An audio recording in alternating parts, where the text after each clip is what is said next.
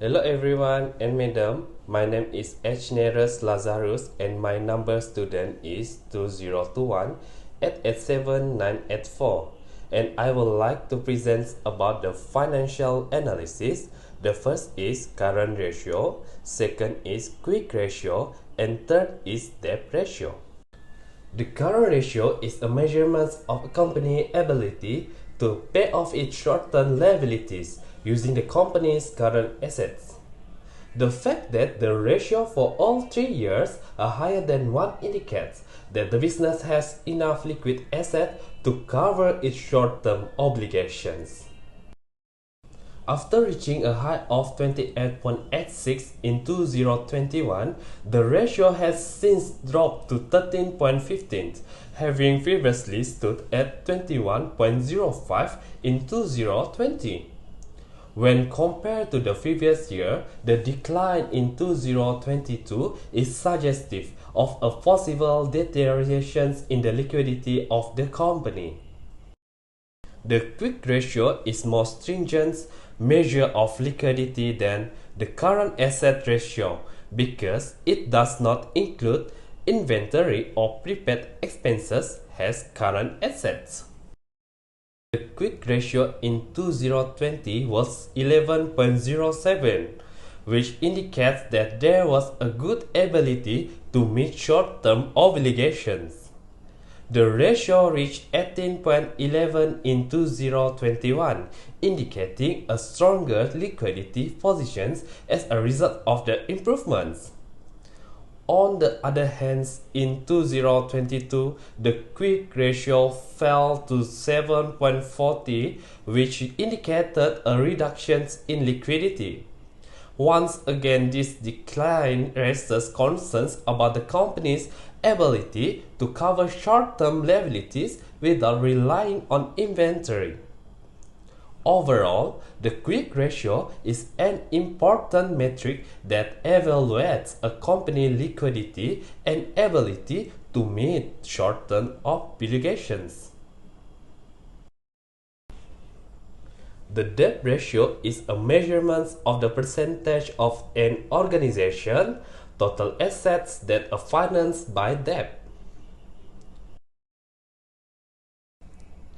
A relatively manageable level of debt as indicated by the debt ratio in the year 2020, which was 4.91%. This ratio increased to 3.55% in 2021, indicating a further reduction in debt from the previous year. Nevertheless, the debt ratio reached 6.49% in 2022, which indicates a greater reliance on the debt financing in the future.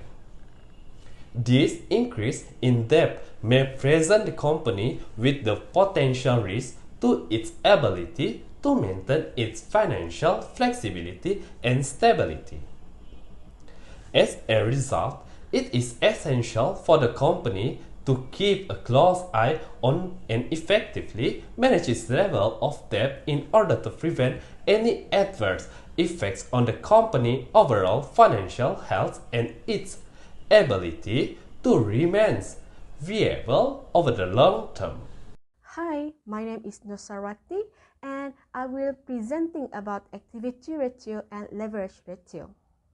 Activity ratio is that specified if utilize the available resources efficiently in order to generate sales. There are two ratios that we are calculate under activity ratio, which is average collection period and inventory turnover ratio. Average collection period is ratio that determines the average period of time needed to collect account receivable, while the inventory turnover ratio commonly measures the relative liquidity of inventory.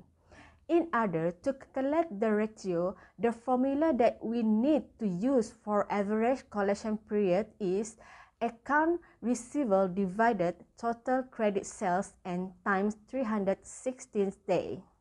After applying the amount that we found in Cita Holding Berhad's financial statement, the average collection period for the year 2020 is 378 days.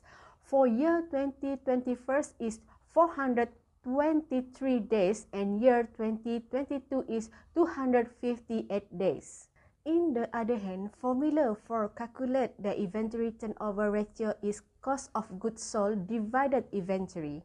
After applying the amount at this formula, we found that reading for inventory turnover ratio for year 2020 is 1.38 times, while in year 2021 is 1.51 times and year 2022 is 2.10 times. What does the calculation meaning? Let's reveal the meaning behind this ratio that we calculated. As you can see, the average collection for Cheetah Holding Berhad as 2020 is 378 days, but in 2021, it's increased drastically to 423 days. In 2020, average collection Cheetah Holding Berhad decreased to 258 days. However, the trend in the average collection period over the past 3 years show a positive improvement in the company's ability to collect its account receivable in a timely manner. This can be attributed to a more efficient collection process and better management of outstanding debts. Next, for inventory turnover ratio, as you can see at the chart here, the turnover of the inventory in 2020 was 1.38 times, which indicates a turnover rate that is not particularly high. This ratio improved to 1.51 times increase in 2021, indicating higher turnover rate and more efficient management of inventory. On the other hand, in 2022, the ratio increased again further to 2.10 times, which indicated that inventory turnover was continuously get better. The company inventory turnover management has shown significant improvement from 2021 to 2022, with increasing from 1.38 times to 2.10 times. This shows that the company has become more efficient in selling its inventory, which can have positive impact on both the company profitability and its cash flow. Let's move to the leverage ratio. Leverage ratio is more a financial measurement that looks at how much capital comes in the form of debts or the ability of company to meet its financial obligation. In this leverage ratio, we calculate the time interest earned ratio. Time interest earned ratio used to measure the firm's ability to cover its interest expenses. In order to calculate this ratio, the formula that we use for time interest earned ratio is earning before interest and taxes divided total interest expenses. After applying the amount from Cheetah Holding Berhad financial statement, time interest earned for year 2020 is 20.74 times, while in 2021 is 192.53 times, and year 2022 is 196.87 times. So, let's see to the interpretation for the interest earned ratio for Cheetah Holding Berhad. As you can see here from graph, the ratio of interest earned paid was 20.74 times in year 2020, which indicated a strong ability to cover interest expenses. This ratio reached 192.53 times in 2021, indicating a significant increase in the company capacity to meet interest obligation. Thanks for further improvement made in 2021. In the SEM4, the ratio remained high in the year 2022, coming in at 196.87 times, which indicate a continued strong ability to cover interest expenses. The overall time interest earned ratio of the company has demonstrated consistent improvement over the course of the past 3 years, indicating a strong financial position and the ability to meet its interest obligation. Hi, my name is Shazlin binti Poli and I will present about net profit margin, return on asset, and return on equity. The following formula is used to calculate net profit margin. The formula is net profit divided sales times 200%.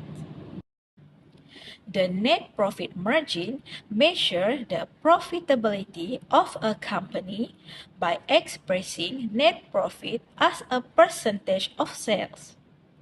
In 2020, the net profit margin was 3.12%, but increased in 2021 to 6.48%. In 2022, it decreased to 4.87%, indicating a decline in profitability. It is important for the company to analyze the factors contributing to these changes and to maintain or improve profitability in the future. The formula for calculating return on asset is as follows. Net profit divide total asset times 200%. The return on asset ratio measures the company profitability relative to its total asset. It has been remained relatively stable over the years, with a slight decrease from 2.61% in 2020 to 4.76% in 2022. Overall, the ratio suggests that the company has been able to generate profit from its asset and has maintained a consistent level of profitability. However, the slight decrease in the ratio from 2020 to 2022 may indicate that the company profitability has not been growing at the same rate as its total asset. Further analysis may be necessary to determine the reason behind this trend and identify potential area for improvement.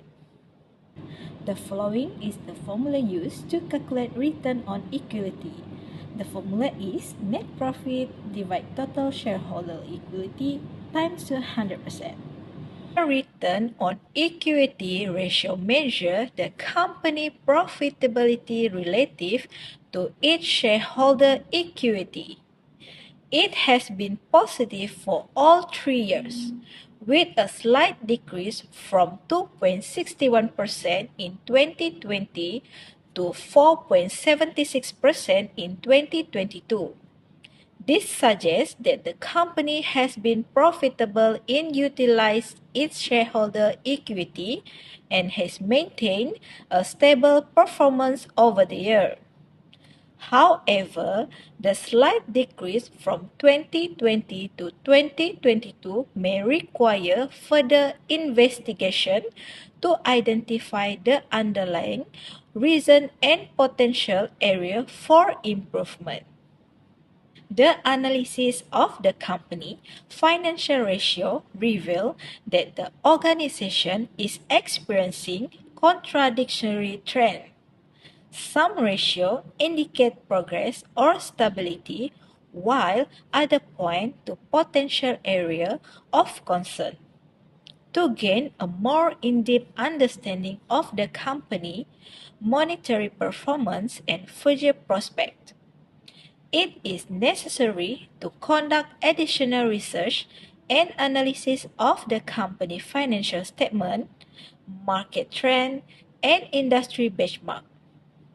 This will help the formulate well-informed decision in effective strategy for expansion and achievement of the company.